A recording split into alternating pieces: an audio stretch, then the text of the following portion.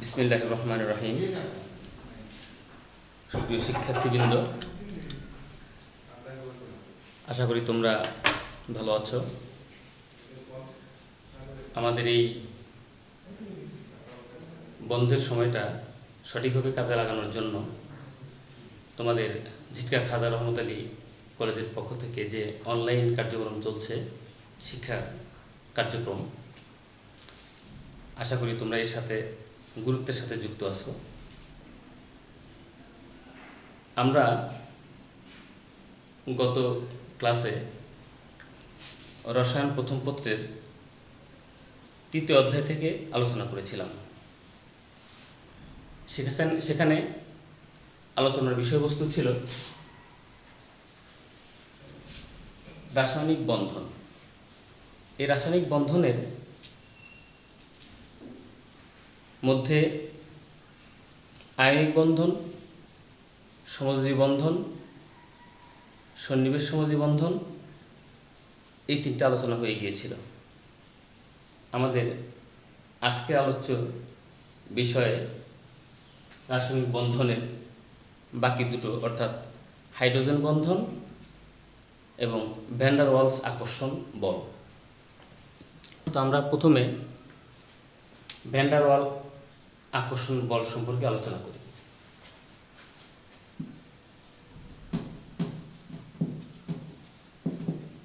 Van der Waals আকর্ষণ।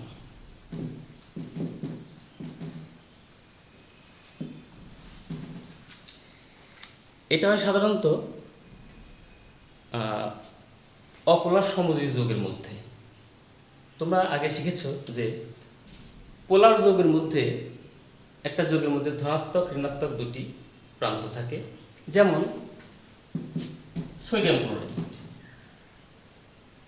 সোডিয়ামটা positive ion এবং ক্লোরিনটা chloride ion রূপে, নেগেটিভ আয়ন রূপে থাকে। একটি সোডিয়াম ক্লোরাইডের অণুর সাথে আরেকটি সোডিয়াম ক্লোরাইডের অণু পাশাপাশি হলে এক অণুর নেগেটিভ প্রান্ত অপর অণুর পজিটিভ প্রান্ত দ্বারা আকর্ষিত হয়। ফলে এই শক্তিশালী আকর্ষণ বলের কারণে এর অণুগুলি পরস্পর কাছাকাছি থাকে এবং এরা একটা কঠিন পদার্থ উৎপন্ন করে, আমাদের লবণ, যেটা খাদ্য লবণ। এই বন্ধনের কারণে সমযোজী যৌগের মধ্যে তোমরা গত ক্লাসে শিখেছ, যেমন হাইড্রোজেন ক্লোরাইড, এর মধ্যে এই দুটো মূলের তড়িৎ ঋণাত্মকতার পার্থক্যের কারণে এক প্রান্ত নেগেটিভ, অপর প্রান্তের মধ্যে পজিটিভ, অর্থাৎ মেরুকরণ তৈরি হয়, পোলারিটি। তখন এখানেও একটি অণুর সাথে আরেকটি অণুর পাশাপাশি হলে এক অণুর ঋণাত্মক প্রান্ত অপর অণুর ধনাত্মক প্রান্তের সাথে আকর্ষণ হতে পারে এবং এইভাবে অসংখ্য অণু পরস্পর যুক্ত হয়ে একসাথে থাকে। কিন্তু যেগুলো বিশুদ্ধ পোলার যৌগ বা নন পোলার সমযোজী যৌগ,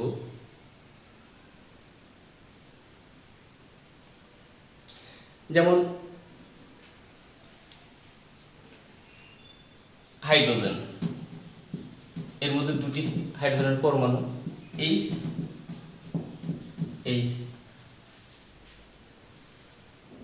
দুটি নাইট্রোজেনের পরমাণুর মধ্যে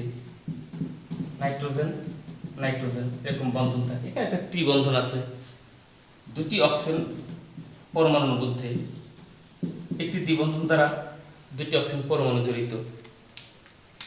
এইখানে কিন্তু একই মৌল দ্বারা গঠিত অণু, তড়িৎ ঋণাত্মকতা উভয়েরই সমান। যেমন ফ্লোরিন F, তড়িৎ ঋণাত্মকতা পরস্পর সমান। উদাহরণ হিসেবে বলি, এরও 4 বিয়োগ করলে 0, অর্থাৎ কি এটা একটা অপোলার সমযোজী যৌগ। এখন এই ধরনের যৌগগুলোর মধ্যে নাই আয়নিক বন্ধন, নাই পোলারিটি, সুতরাং এর অণুগুলি পরস্পর কিভাবে এক জায়গায় থাকে?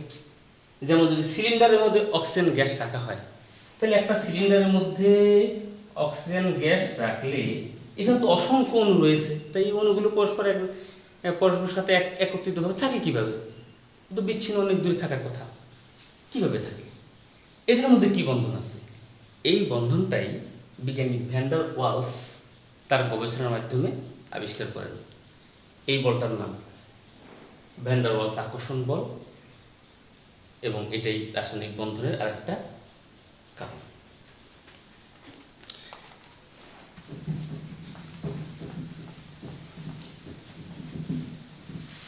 এটা হয় কিভাবে? আমি এর মধ্যে একটা উদাহরণ দিয়ে তোমাদের বোঝাচ্ছি। এইটাই মনে করো ফ্লোরিন এফ। এখন ধরো এই একটা ফ্লোরিনের অণু পরমাণু, এই একটা ফ্লোরিনের পরমাণু একটা করে ইলেকট্রন শেয়ার করে সমযোজী বন্ধনে আবদ্ধ আছে। এখন এর মধ্যে যে অন্য ইলেকট্রনগুলি আছে এখানে, জানো ফ্লোরিনের দুইটা শক্তি স্তর, প্রথমে দুইটা পরে সাতটা, মোট 9টি। এরও 9টি ইলেকট্রন এখানেও আছে, এখানেও আছে, আর এখানে আছে মোট যেহেতু 7টি, 1 2 3 4 5 6 ধরে এইভাবে আছে। এটা অবশ্য এখানে শেয়ার হয়ে গিয়েছে, এখানে এরও আছে এরকম 7টি। এই যে ইলেকট্রনগুলো যখন ঘূর্ণায়মান থাকে, বিশেষ করে পি অরবিটালের যে ইলেকট্রনগুলি উভয় পরমাণু, সেই ইলেকট্রন ঘূর্ণায়মানের সময় এমনভাবে ঘূর্ণায়মান হয় যে পি অরবিটাল তো আমরা জানি এইভাবে এইভাবে এইভাবে ইলেকট্রন এইভাবে ঘুরছে, এইভাবে ঘুরছে, আবার একটা ধরো এইভাবে এইভাবে এইভাবে ঘুরছে, একটা এইভাবে এইভাবে এইভাবে ঘুরছে। তোমরা জানো পি অরবিটাল ইলেকট্রন কোনো এক সময় এটা অনেকটা দৈবিক প্রকৃতির মতো, যে এই অরবিটাল ইলেকট্রন ঘুরতে ঘুরতে এখানে থাকলো, এইটা ঘুরতে ঘুরতে এই পাখানে থাকলো, এইটারটা ঘুরতে ঘুরতে এইখানে থাকলো একই সময়ে। তখন দেখা যায় এই পরমাণুটা একটা পোর্শনে ইলেকট্রনগুলো ঘনত্ব বেশি হয়ে যাচ্ছে। তখন ইলেকট্রন বেশি থাকার কারণে, যেহেতু ইলেকট্রন নেগেটিভ, এই অংশটাকে নেগেটিভ ধরা হয়, এবং আলটিমেটলি এই অংশটা তখন পজিটিভ, কারণ ইলেকট্রনের দিকে চলে গেছে। তখন এইখানে এই যে পাশাপাশি দুটি পরমাণুর মধ্যে যখন এই ঘটনা ঘটে, ধরো এখানকার এই পরমাণুটার মধ্যে ইলেকট্রনগুলো এই দিকে চলে আসলো, এই সাইডে, তখন এই সাইডটা কিছুটা নেগেটিভ হয়ে গেল, তখন এই সাইডটা পজিটিভ হয়।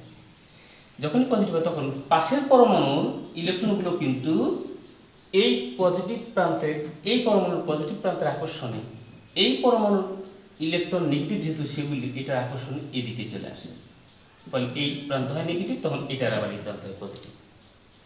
এই যে এইভাবে একটা পরমাণুতে ইলেকট্রনের বিস্তারণের ফলে একই পরমাণুতে একদিকে ধনাত্মকতা একদিকে ঋণাত্মকতা তৈরি হয়, এবং এই পরমাণুর আবেশেই পাশের পরমাণুতে আবার এরকম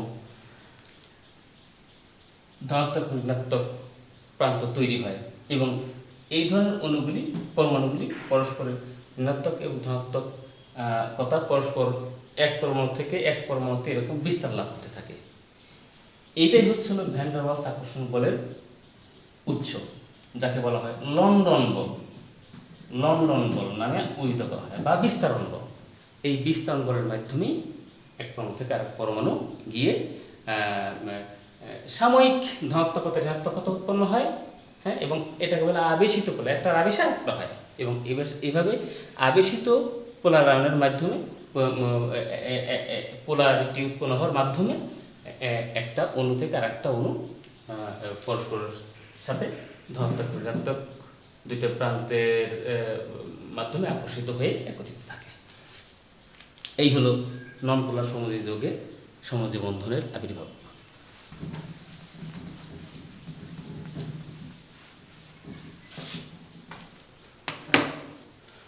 আরেকটা আমাদের রয়েছে হলো হাইড্রোজেন বন্ধন।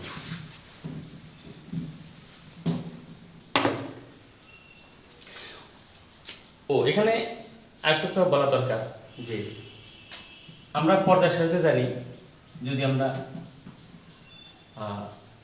হ্যালোজেন গ্রুপ ধরি, উপরে ফ্লোরিন, ক্লোরিন, ব্রোমিন, আয়োডিন এরকমভাবে আছে। এটার অণু F2Cl2 Br2 I2। উপর থেকে নিচের দিকে পরমাণুর আকার ক্রমান্বয়ে বৃদ্ধি পায়। এইটার স্তর যতগুলি, এর স্তর তার চেয়ে একটা বেশি, এর তার একটা বেশি, ফলে এটার আকার যদি এরকম হয়, এটা বড়, এটা আরো বড়, এটা আরো বড়, ফলে যেটার আকার বড় সেটার কিন্তু অণুর আকৃতিটাও বড়। যখন পরমাণুর আকৃতি বড় হয় তখন লন্ডন বল যেটা, এই লন্ডন বলটা অর্থাৎ একদিকে নেগেটিভ ইলেকট্রন চলে যায় একদিকে পজিটিভ অবস্থা হয়, সেটা বেশি কার্যকর হয়। কারণ কি, পরমাণুর আকার বড় হলে কেন্দ্র থেকে বাইরের কক্ষপথের ইলেকট্রন দূরে অবস্থান করে, ফলে কেন্দ্রে দ্বারা আকর্ষণ কম থাকে। আকর্ষণ কম হওয়ার কারণে সে মুক্তভাবে ঘূর্ণন হতে পারে বেশি, আর এই ঘূর্ণিত হওয়ার ফলে সে একদিকে চলে যেতে পারে এবং অপরদিকে ঘাটতি করে দিতে পারে ইলেকট্রনের। এই কারণে হ্যালোজেন গ্রুপের উপর থেকে নিচের দিকে গেলে কি হয়, ভ্যান ডার ওয়ালস আকর্ষণ বল ক্রমান্বয়ে বৃদ্ধি পায়। অর্থাৎ ফ্লোরিনের চেয়ে ক্লোরিনে, ক্লোরিনের চেয়ে ব্রোমিনে, ব্রোমিনের চেয়ে আয়োডিনে ভ্যান ডার ওয়ালস আকর্ষণ বল অধিক। আর এই কারণেই বল অধিক হওয়ার কারণে উপর থেকে নিচের দিকে এদের স্ফুটনাঙ্ক ক্রমান্বয়ে বৃদ্ধি পায় এবং এদের ভৌত অবস্থারও পরিবর্তন ঘটে। ফ্লোরিনের মধ্যে বন্ধন শক্তি কম বিধায় এরা গ্যাসীয়, ক্লোরিনটাও গ্যাসীয় কিন্তু এটার চেয়ে বেশি কাছাকাছি থাকে অণুগুলো। ব্রোমিন তরল, আরও কাছাকাছি তরল হয়ে গেছে, আয়োডিন কঠিন পদার্থ। সুতরাং উপর থেকে নিচের দিকে গলনাঙ্ক স্ফুটনাঙ্ক ক্রমান্বয়ে বৃদ্ধি পায়।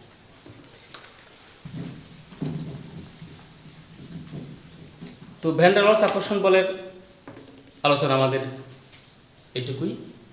বাকি তোমরা বইতে দেখবে সব তোমরা ক্লিয়ার হয়ে যাবে। আরেকটা বিষয় আমাদের রয়েছে আজকে, হাইড্রোজেন বন্ধন।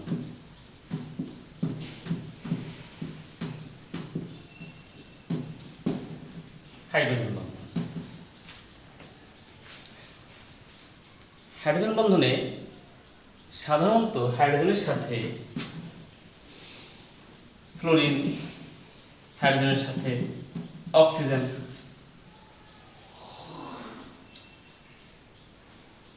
এই ধরনের তড়িৎ ঋণাত্মক মৌল যুক্ত থাকলে তড়িৎ ঋণাত্মকতার পার্থক্যের কারণে এই দুই পরমাণুর মধ্যে অধিক তড়িৎ ঋণাত্মক মৌলটি ঋণাত্মক হয়, অপরটি ধনাত্মক। অর্থাৎ হাইড্রোজেন নিজে হয় ধনাত্মক আর অক্সিজেন, যেমন এখানে অক্সিজেন হবে ঋণাত্মক। তখন একটি পরমাণুর ধনাত্মক প্রান্ত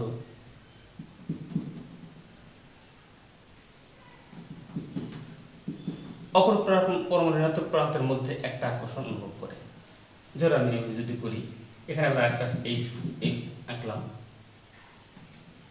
এটা পজিটিভ নেগেটিভ, পজিটিভ নেগেটিভ। তো এক অণুর ঋণাত্মক অংশের সাথে আর এক অণুর ধনাত্মক অংশের মধ্যে আকর্ষণ ঘটে। এই ধরনের বন্ধনে দেখা যাচ্ছে যে তড়িৎ ঋণাত্মক মৌলের সাথে এক অণুর সাথে আর এক অণুর বন্ধনের সময় মাঝখানে একটি হাইড্রোজেন পরমাণু অবস্থান করছে।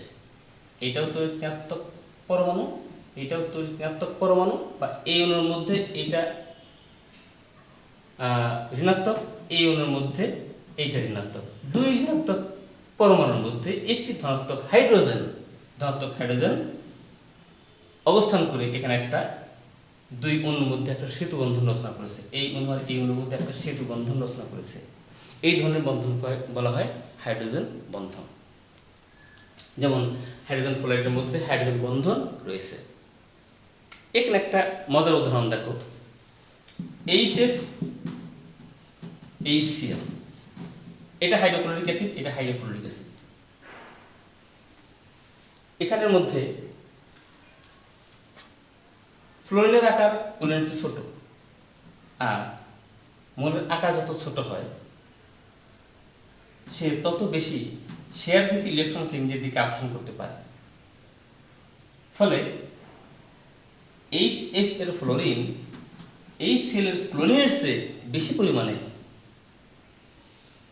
তড়িৎ ঋণাত্মক বিধায় ইলেকট্রনকে আকর্ষণ করে।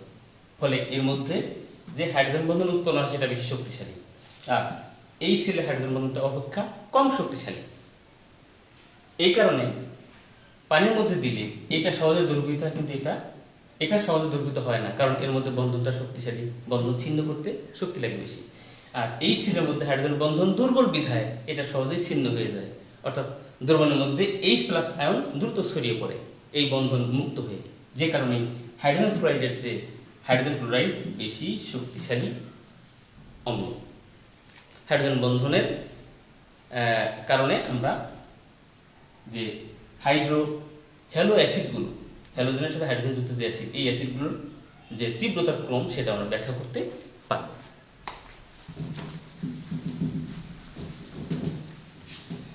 হাইড্রোজেন বন্ধনের আরেকটা প্রকৃষ্ট উদাহরণ পানি। এটি সমযোজী পোলার যৌগ। পানির মধ্যে দুইটা হাইড্রোজেন পরমাণু, একটা অক্সিজেন পরমাণু, এই যদি আরেকটা এখানে আঁকি, যদি আরেকটা এখানে আঁকি, তোমাদের বোঝার সুবিধার জন্য আমি এইভাবে দেখালাম। দেখো এখানে তড়িৎ ঋণাত্মকতার পার্থক্য আছে এবং এটা তড়িৎ ঋণাত্মক অধিক। দুটোর মধ্যে তড়িৎ ঋণাত্মকতার পার্থক্য থাকার কারণেই এরা পোলার সমযোজী যৌগ। এই অংশ ধনাত্মক, এই অংশ ঋণাত্মক, ধনাত্মক ধনাত্মক। ফলে পানির একটি অণুর ধনাত্মক হাইড্রোজেন পরমাণুটি অপর অণুর ঋণাত্মক অক্সিজেন পরমাণুর সাথে একটা বন্ধনে আবদ্ধ হয়। ফলে এখানেও কি এই একটা অণু আর এই একটা অণু, এর মধ্যে একটা হাইড্রোজেন বন্ধন রচনা হয়েছে। অর্থাৎ মাঝখানে হাইড্রোজেন পরমাণু, দুই পাশে দুইটি অক্সিজেন, একটি ঋণাত্মক, একটি ঋণাত্মক, এই হল হাইড্রোজেন বন্ধন। পানিতেও এইভাবে হাইড্রোজেন বন্ধন বিরাজমান। এই হাইড্রোজেন বন্ধনের কারণেই পানিতে আরো শক্তিশালী একটা বন্ধন রচিত হয়ে পানি তরল থেকে কঠিন আকার ধারণ করে, যেটার নাম বরফ। দেখো হাইড্রোজেন বন্ধনের মাধ্যমে কিভাবে পানি বরফে পরিণত হয় সেটা আমি তোমাদেরকে এঁকে দেখাচ্ছি। আঁকার সুবিধার জন্য একটা টেকনিক ইউজ করছি। দেখো আমরা একটি অক্সিজেন পরমাণুর ষড়ভুজাকৃতি গঠন অঙ্কন করি। কেমন?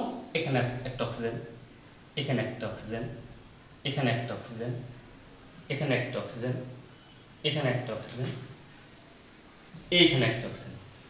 এটা যদি পরস্পরকে স্ট্রেট লাইন দিয়ে যুক্ত করি তখন এরকম একটা ষড়ভুজ উৎপন্ন হবে, এরকম বেনজিনের মতো। তোমরা জৈব যৌগে যেটা শিখেছো, বেনজিনের মতো গঠন। প্রতি জোড়া অক্সিজেনের মাঝখানে একটা হাইড্রোজেন অঙ্কন করি, স্ট্রেট লাইন বরাবর, স্ট্রেট লাইন বরাবর, এই স্ট্রেট লাইন বরাবর, এই স্ট্রেট লাইন বরাবর, এই লাইন বরাবর। এবার যুক্ত করব কিভাবে? একটা হাইপেন দিয়ে, স্ট্রেট লাইন দিয়ে, আর একটা হলো হাইপেন দিয়ে, ছোট ছোট ভাঙা হাইপেন, এই যে একটা দুইটা। আবার পরপর, এটা স্ট্রেট, এটা হাইপেন, এটা স্ট্রেট, এটা দুটো হাইপেন, এইভাবে। আবার এইটা এরকম, এইটা এরকম, এইটা এরকম, এইটা এরকম, এইটা এরকম, এইটা এরকম। দেখো একই অক্সিজেন পরমাণুর সাথে একটা স্ট্রেট লাইন অর্থাৎ সমযোজী বন্ধন করেছে আর একটা হাইড্রোজেন বন্ধনের চিহ্ন করেছে। আর প্রত্যেকটা অক্সিজেনের সাথে আর একটা করে হাইড্রোজেন আছে। একে দিই, একে দিই, একে দিই। এবার লক্ষ্য করো H2O, এই যে একটা পানির অণু, এই যে একটা পানির অণু, H2, এই একটা পানির অণু। অর্থাৎ এই স্ট্রেট লাইন দিয়ে পানিতে দুটি সমযোজী বন্ধন। তাহলে এই পানির অণু আর এই পানির অণুর মাঝখানে কিন্তু একটা হাইড্রোজেন বসে, এই যে একটা হাইড্রোজেন বন্ধন ডট লাইন দিয়ে, এইভাবে 6টি পানির অণু, 1 2 3 4 5 6টি পানির অণু ষড়ভুজাকৃতির একটা জ্যামিতিক কাঠামো গঠন করে কঠিন আকৃতির বরফে পরিণত হয়েছে। জানো তোমরা যে সুনির্দিষ্ট জ্যামিতিক কাঠামো বিশিষ্ট যৌগগুলো সাধারণত কঠিন আকৃতি হয়। এইভাবে পানির অণুতে হাইড্রোজেন বন্ধন বিরাজমান। আরেকটি মজার জিনিস এখানে আমরা হাইড্রোজেন বন্ধনের একটা আলোচনার বিষয় শিখছি, সেটা পানি। এই হাইড্রোজেন সালফাইড, এটা এইখানে আমরা জানি এটা কিন্তু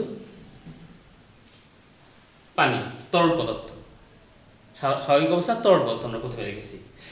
একই রকম গঠন হওয়া সত্ত্বেও H2S কিন্তু গ্যাসীয়, এটা গ্যাসীয়। এর কারণ কি? হাইড্রোজেন আর অক্সিজেনের মধ্যে যে তড়িৎ ঋণাত্মকতার পার্থক্য রয়েছে তার কারণে এর মধ্যে পোলারিটি উৎপন্ন হয়ে হাইড্রোজেন বন্ধন রচনা সম্ভব হয়েছে যে কোনো সে তরল। কিন্তু এখানে হাইড্রোজেন আর সালফারের মধ্যে তড়িৎ ঋণাত্মকতার পার্থক্যের কমতির কারণে অর্থাৎ কম, অর্থাৎ তার মধ্যে পোলারিটি উৎপন্ন হয় নাই, অর্থাৎ এটা ধনাত্মক বা ঋণাত্মক বল উৎপন্ন হতে পারে না। ফলে এর মধ্যে হাইড্রোজেন বন্ধন রচিত হতে পারে না। আর হাইড্রোজেন বন্ধন নাই দেখে পরমাণুগুলো পরস্পর একত্রিত না থেকে পরস্পর বিচ্ছিন্ন হয়ে থাকে। আর বিচ্ছিন্ন হয়ে থাকা মানেই পরস্পর মানে গ্যাসীয়। এই জন্যই একটা প্রশ্ন হয় যে অক্সিজেন এবং সালফার দুটি কিন্তু একই গ্রুপের মৌল, তোমাদের বর্তমান হিসেবে 16 নম্বর গ্রুপের মৌল। একই গ্রুপের মৌল হওয়া সত্ত্বেও অক্সিজেনের হাইড্রাইড মানে পানি তরল, অথচ সালফারের হাইড্রাইড হাইড্রোজেন ডাইসালফাইড কেন গ্যাসীয়? এই ব্যাখ্যাটাও তোমরা এখন করতে পারবে। তো বন্ধন, রাসায়নিক বন্ধনের যে বিষয় দুটো বাকি ছিল সেই দুটো শেষ হলো। তো এর মাধ্যমে তোমরা ভ্যান ডার ওয়ালস আকর্ষণ বল কি, সেটার উৎস কি, এবং ভ্যান ডার ওয়ালস আকর্ষণের বলের মাধ্যমে যে সকল যৌগ বা যে সকল অণু গঠিত হয়েছে তাদের বৈশিষ্ট্য কেমন তা শিখলে, হাইড্রোজেন বন্ধন কি তা শিখলে, এর মাধ্যমে কিভাবে কোনো কোনো পদার্থের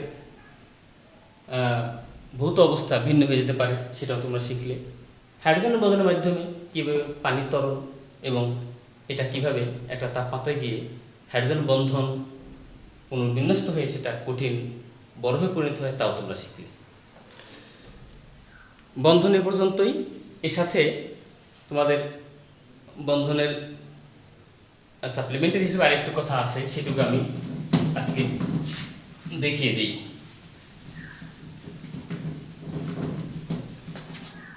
এর আগের দিন আমরা পড়েছিলাম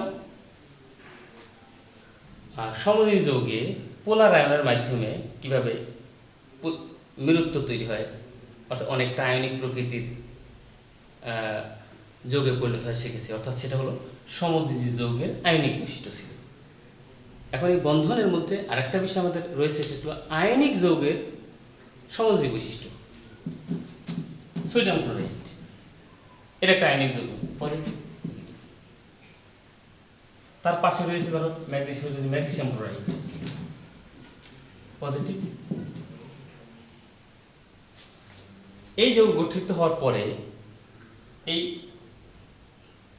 আয়নিক যৌগের ধনাত্মক অংশ দিয়ে ঋণাত্মক যে অংশ আছে সেই পরমাণু যে পরিবহনশীল ইলেকট্রন, এই ইলেকট্রনকে এই ধনাত্মক চার্জে সে আকর্ষণ করতে পারে।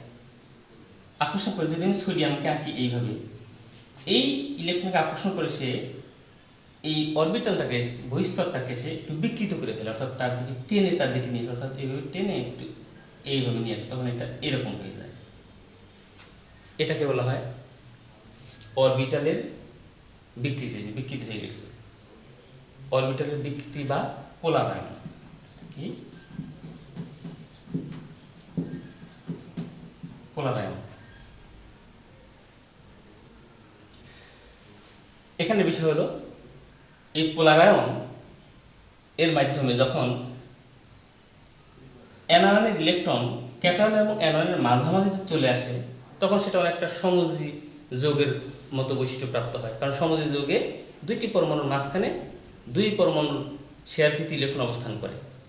এখানে পোলার আয়নের মাধ্যমে কি হলো যে একটা আয়নিক যৌগেরও অ্যানায়নের ইলেকট্রন ক্যাটায়ন এবং অ্যানায়নের মাঝামাঝিতে অবস্থান করলো, অর্থাৎ সমযোজী বৈশিষ্ট্য প্রাপ্ত হলো। যখন এই অবস্থা হয় তখন সমযোজী বৈশিষ্ট্য হওয়ার কারণে এই ধরনের যৌগের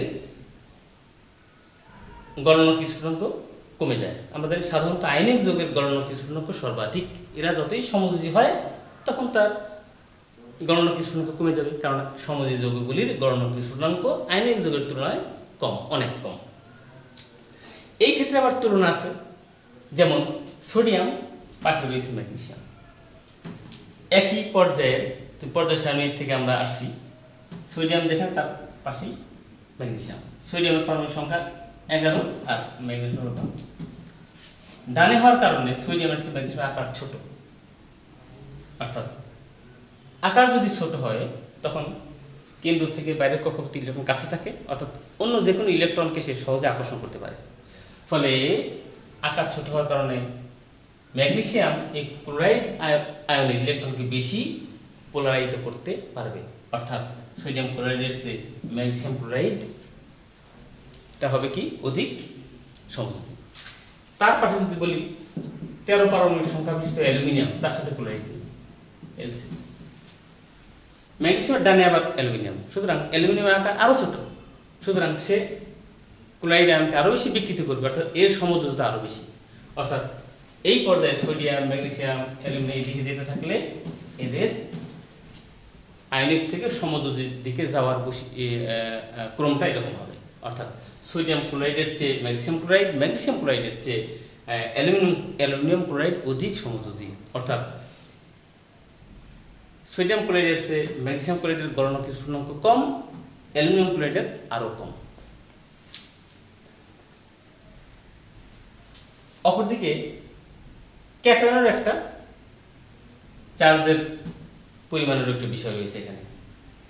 সোডিয়ামের একটি ইলেকট্রন ত্যাগ করেছে, তার ধনাত্মক +1, ম্যাগনেসিয়ামের 2+, অ্যালুমিনিয়ামের 3+,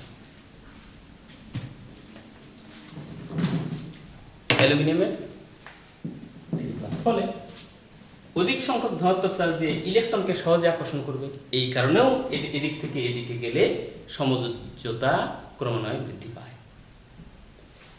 এইগুলো আমাদের ক্যাটায়নের বিষয়। আকার ছোট হলে পোলারায়ন বেশি ঘটে, চার্জ বেশি হলেও পোলারায়ন বেশি ঘটে। আবার যখন আমরা অ্যানায়ন নিয়ে কাজ করি, যেমন ম্যাগনেসিয়াম ক্লোরাইড, তার নিচে রয়েছে ধর ক্যালসিয়াম ক্লোরাইড, একই গ্রুপে ম্যাগনেসিয়াম নিচে ক্যালসিয়াম, এই জন্য এটা দিলাম। এর পারমাণবিক সংখ্যা 12, ক্যালসিয়াম হলো 20, এর নিচে রয়েছে। এইখানে ম্যাগনেসিয়ামের চেয়ে ক্যালসিয়ামের আকারটা বড়, কিন্তু চার্জ কিন্তু একই, এটারও একই গ্রুপে, ওরও 2+, ওরও 2+। আকার বড় হওয়ার কারণে এর কিন্তু পোলারায়নের ক্ষমতা কম, তার মানে কি এটা পোলারায়ন ক্ষমতা বেশি, ফলে এটা অধিক সমযোজী এবং ক্যালসিয়াম ক্লোরাইডটা এটার চেয়ে কম সমযোজী, অথবা ম্যাগনেসিয়াম ক্লোরাইডের চেয়ে ক্যালসিয়াম ক্লোরাইড অধিক আয়নিক। এইবার দেখো এখানে ক্লোরাইড, এখানেও ক্লোরাইড, দুটির আকার এবং চার্জ একই, সুতরাং এর উপরে কোনো এটার সমযোজ্যতার যে বৈশিষ্ট্য তার নির্ভর করছে না। যদি আমরা ক্যালসিয়াম করে রাখলাম, আর একটা যৌগ ক্যালসিয়াম ব্রোমাইড দিয়ে একটা দিলাম, তখন কি হবে? এটা একই মৌল, আকার সমান, চার্জ একই মৌল যেহেতু সমান, এইখানে এটার চার্জ -1, ব্রোমিনের চার্জ, ব্রোমাইড আয়নের চার্জ -1, কিন্তু আকৃতিতে ক্লোরিনের নিচে ব্রোমিন, সুতরাং এটার চেয়ে বড়। অ্যানোনের আকার যদি বড় হয় তাহলে পোলারায়ন বেশি ঘটে। কারণ কি? ধরো এই ক্যালসিয়ামের আকৃতি এতটুকু, একই সমান পরিমাণে আঁকলাম, তাহলে ক্লোরিন যদি হয় এত বড়, তাহলে ব্রোমিন হবে তার চেয়ে বড়। তো যদি অ্যানোনের আকার বড় হয়ে, আকৃতি বড় হয়, তখন তার কিন্তু বহিঃস্তরটা ক্যাটায়নের অধিক কাছে চলে আসবে, বেশি কাছে চলে আসবে। যদি আরো বড় হতো তাহলে আরো কাছে আসতো। এটা অ্যানোনের বহিঃস্তর ক্যাটায়নের কাছাকাছি আসার কারণে ক্যাটায়ন তখন তাকে আকর্ষণ সহজেই করতে পারে, ফলে পোলারায়ন বৃদ্ধি পায়, অর্থাৎ এই আয়নিক যৌগের সমযোজ্যতা বৃদ্ধি পায়, বেড়ে যায়। অর্থাৎ অ্যানোনের আকার বৃদ্ধি পেলেও সমযোজ্যতা বৃদ্ধি পায়।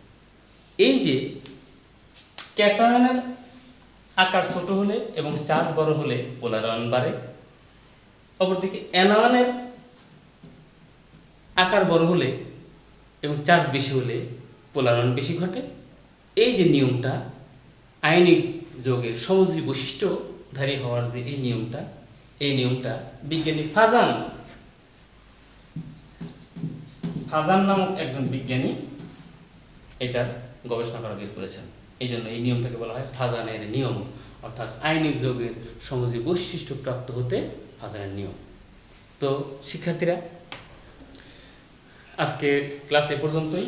তো আজকে আমরা শিখলাম যে ভ্যান ডার ওয়ালস আকর্ষণ বল কি, হাইড্রোজেন বন্ধন কি, এর মাধ্যমে বিভিন্ন যৌগের গঠন। আমরা পড়লাম আয়নিক যৌগের সমযোজী বৈশিষ্ট্য প্রাপ্ত হওয়ার পোলারায়নের ধারণা শিখলাম এবং সেখান থেকে বিভিন্ন আয়নিক যৌগের মধ্যে সমযোজী বৈশিষ্ট্যের তুলনা করতে শিখলাম, কোনটা সমযোজিতা বেশি বা কম এবং এর মাধ্যমে তার গলনাঙ্ক এবং স্ফুটনাঙ্ক কম বা বেশি এগুলো আমরা শিখলাম। তোমরা বইতে ভালো করে দেখে গুরুত্বের সাথে এই ক্লাসগুলো ফলো করবে। আশা করি তোমরা সঠিকভাবে আত্মস্থ করতে পারবে। তোমাদের সবার সুস্বাস্থ্য কামনা করছি।